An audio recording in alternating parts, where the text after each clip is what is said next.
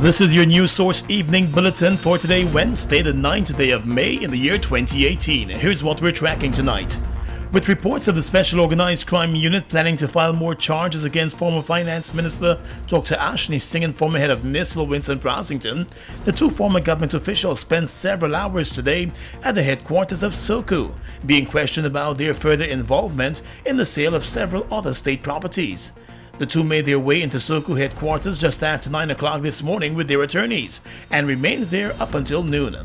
Former Attorney General Anil Nandlal, who is part of the legal team representing Singh and Brassington, explained that the questioning was unrelated to the 3 charges of misconduct that were filed against the two men yesterday. None of this makes any legal sense. None of it. I've said so from the beginning. I don't know. Nothing like this will ever happen in any civilized country on any part of planet Earth. What you're seeing here is a charade and a masquerade.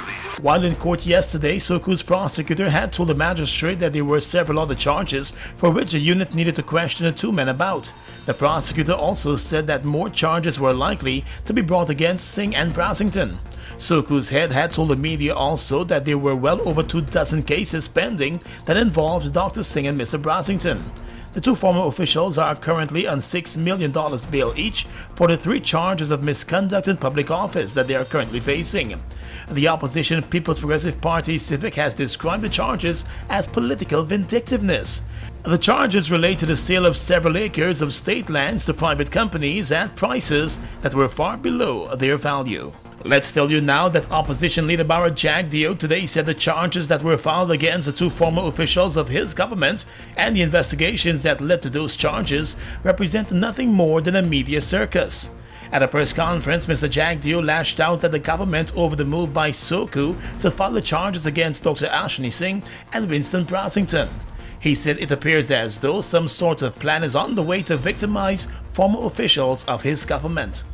Ashni Singh and Brassington have been charged not for finding a single cent in their account that they didn't earn, not for finding $100 in their account that they didn't earn, or much less the millions that they thought that they said they stole. Not for that, but for claiming that they had misconduct in public office because they did not do a valuation of some properties that they sold even after public tender, which established the market value. Jagdeo, who served as president for 12 years, is also currently on the probe by the Special Organized Crime Unit and has in the past been questioned by SOCU officials about state properties that were sold while he served as president. Turning our attention now to that tragedy on the high seas in neighboring Suriname with a total of 18 suspects still in custody, there appears to be still hope that more fishermen will be found alive, 2 weeks after the deadly attack on the high seas. Guyana's Minister of Public Security Camarade Ramjatan today said he harbors hope that both the perpetrators of the heinous act will be brought to justice and that more Guyanese fishermen may have survived the attack. With fishing not halted and fishermen fearful to return to work, the minister is assuring of safety in Guyana's waters, even as he promises to meet with the fishermen on the quarantine coast. It is to get the resources to have more boats out there, Coast Guard vessels that will monitor and even have more aerial surveys in our maritime area. And that is one of the reasons that we are going for a supplementary to get some more fixed-wing aircraft. We need to ensure that our borders are properly surveilled and monitored. And that is why also we propose, I think you probably heard me say this and other members of the government, Mr. Zuharman, I think, we talk about getting drones. These are things that could create the necessary deterrent effect. Mr. Ramjatan said the authorities here in Guyana and in Suriname are looking to create checkpoints for all vessels and persons heading out to sea.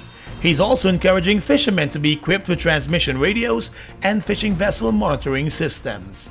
And finally this evening in the courts, 3 weeks after the popular White Castle fish shop was gutted by fire, the girlfriend of the owner found herself before a city magistrate facing arson charges. The woman Alexio Kaiser appeared before Magistrate Fabio Azor at the Georgetown Magistrates Court this morning and pleaded not guilty to setting the business place on fire. The charge read it on the 14th of April at Hatfield Street, Georgetown. She set fire to the building owned by Cassandra Bihari, with damages amounting to $8.3 million. And on the same day, she also damaged appliances owned by German Langevin, her boyfriend, worth in excess of $4 million. With no objections, bail was granted in the sum of $250,000, and the accused was ordered to return to court on May 30th. The early Saturday morning fire left millions of dollars in damages and has left the businessman counting losses and forced to relocate to the nearby avenue on Hatfield Street. It is alleged that after the woman could not make contact with him, she turned up at the business place with gas and set the place afire. Quick action by the fire service restricted the fire to just the bottom flat of the building. And that's your News Source Evening Bulletin for tonight. I'm Gordon Mosley reporting.